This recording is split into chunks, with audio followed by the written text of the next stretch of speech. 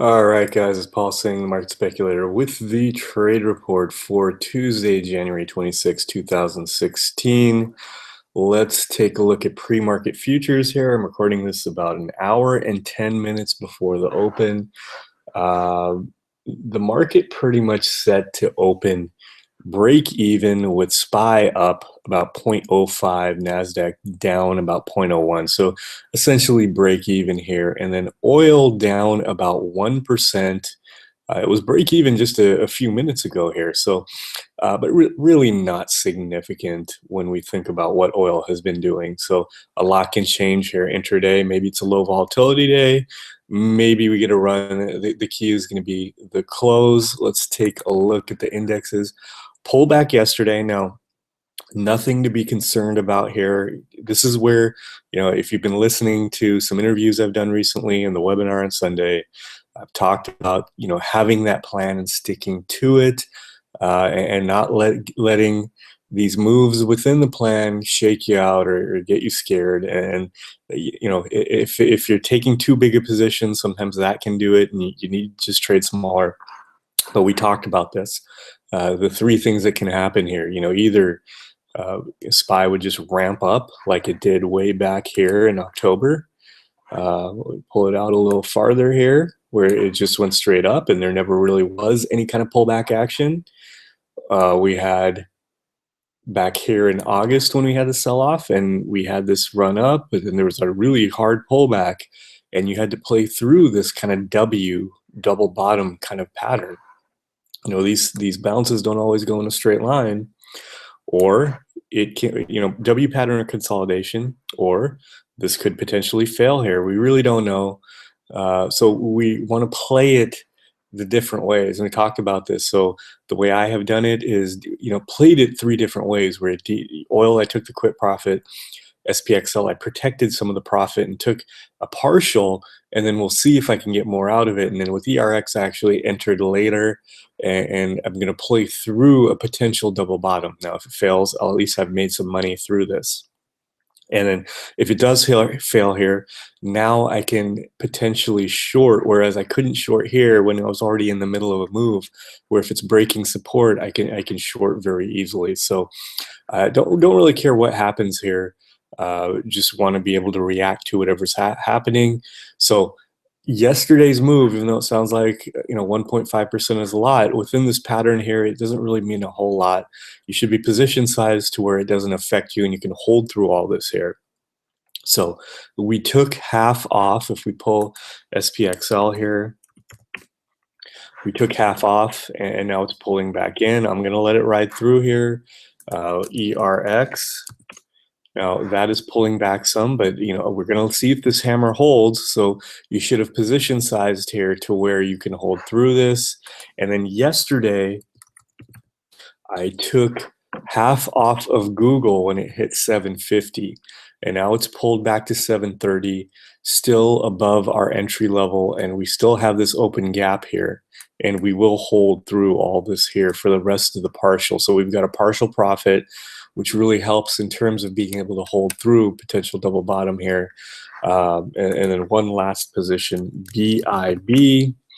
And this one actually held up pretty well. I know it's 3%, but if we think about the underlying, then that's probably only 1.5%. We can see here. Actually, it did pull back a little. Yeah, 1.6%, so about 1.5.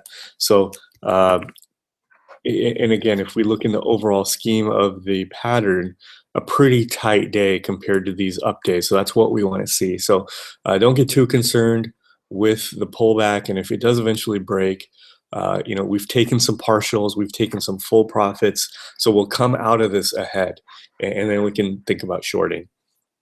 So that's what we're looking at in terms of the market. Now let's review a few stocks. Cray, which has been on our watch list before, actually broke out yesterday on a day where it was very negative overall. And you can see here, this is the high, and we got a really nice breakout. So this is going to be added to the focus list, where we're going to start adding these breakouts that we see now with earnings coming up. There's going to be a few breakouts at least, every week here that we can add to our list, and Cray is definitely one of them here. Huge volume, nice gap here over new high. So we're going to see how this plays out in here. Maybe if we get a break of the intraday, I'll just go ahead and enter. Otherwise, let's see it consolidate and then break, and then we might have an entry later on. So nothing to do with it yet. This is not one I'd consider for jumping in right away because of the close here, but we'll put that on our list. And then again, we've talked about this one, Netflix, as a short on this kind of second thrust short here off the highs, double top, and we're really concerned about the way it handled positive earnings. And then we've got that gap way down here at 70. So this is kind of setting up now for a potential short. So maybe maybe today, maybe tomorrow, if this can get up over 100, I don't want to short it down here, but I would consider entering a short here, and maybe it bounces back and remounts here. So I would like to get in a spot where I can use a pretty loose stop, and I think I might let the risk go from maybe 0.5 to 1.5%. So if I can get in here, say 101, 102, and place a stop up in here on 107, that would be 5 points. Allowed me to take a 300 share position, and I could lose a max of about $1,000 in there.